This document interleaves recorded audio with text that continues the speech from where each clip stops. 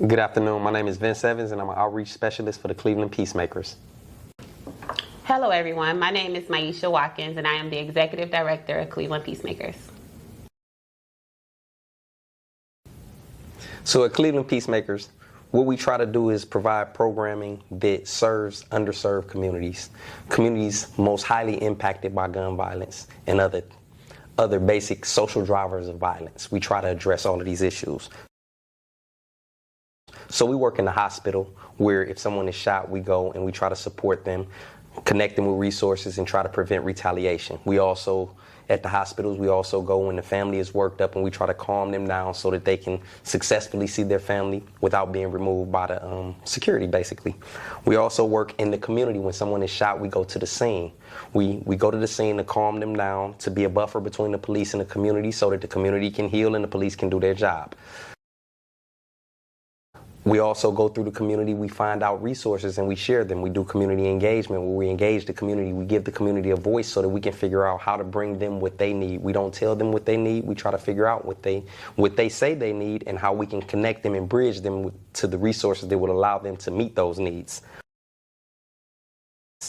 In the schools, we do safe passages, which is helping kids get to and from school safely, as well as doing inReach, where we help kids in school get resources. We'll help them get employment if they need it. We'll help them with resumes and whatnot, and we'll help them with different type of things such as conflict resolution skills so that we can resolve potential violence that leaks out into the streets. We also work in the courts where we work very closely with the probation officers, and what we try to do is help each person that's on probation successfully complete the necessities and the needs of their probation, including but not limited to their community service. We also run programs in the detention center from time to time where we go in and we'll work in the pods. We had a 10-day program intensive where we went in every day for 3 hours with 8 young men, and by the time it was over with, 5 of them came out and reached out to me, and 3 of them actually participated in our program. So our overall goal is empowerment for the communities. We want the communities to become involved in the process of their own upliftment. And we want to do that by creating the type of communities where people can feel safe and where they can not only survive, but also thrive.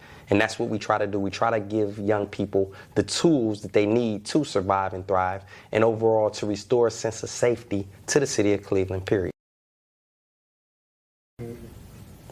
So we once worked with a young man whose name I won't mention. He's an adult now. He was caught with a gun, a firearm.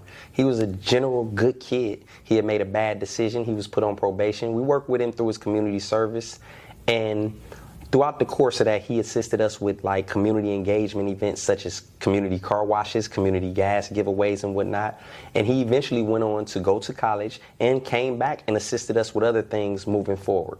We also had some young people in YOU who worked with us during the summer, and we had the pleasure of being able to hire them on extensively as interns because they turned 18. There were 2 of them, a young man and a young lady, who actually understood the work and took pride in doing the work. So we're very proud of that, as well as all of the people that successfully complete probation and move on to have employment, to complete their education, and to go on to be law-abiding, productive citizens.